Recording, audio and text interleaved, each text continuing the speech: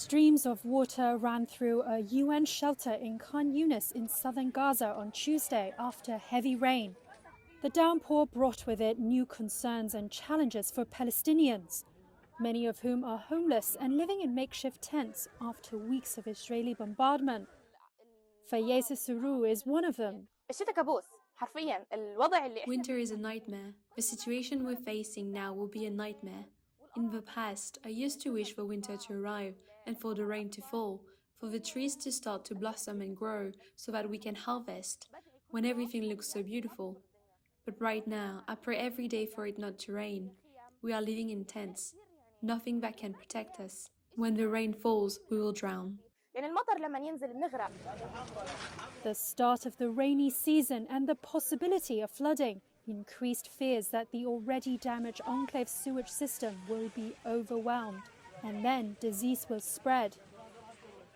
Winters can be wet and cold in Gaza, and the enclave is sometimes hit by flooding. Juliet Touma is the Director of Communications at the UN Palestinian Refugee Agency. When I would go to Gaza and there would be just a few drops of rain, the streets would just flood because the systems are not good enough to absorb and do all the, the absorption and all the sewage and water management and all of this. So the streets would really flood. This is in a normal day. The World Health Organization said last week that Gaza faced an increased risk of disease spreading because Israeli air bombardments had disrupted the health system. The airstrikes have also limited access to clean water and caused people to crowd in shelters.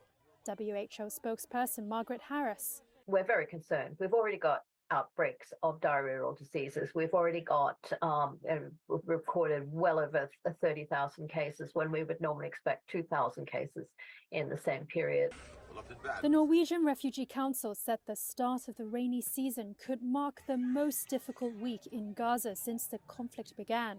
And other aid agencies have said trying to simply meet the daily needs of Gazans has meant they've been unable to plan ahead for potential flooding. Israel vowed to wipe out Hamas after the October 7th attack. Over 1,200 people were killed and about 240 were taken hostage, according to Israel. Medical officials in Hamas-run Gaza say over 11,000 people have been killed in Israel strikes since then.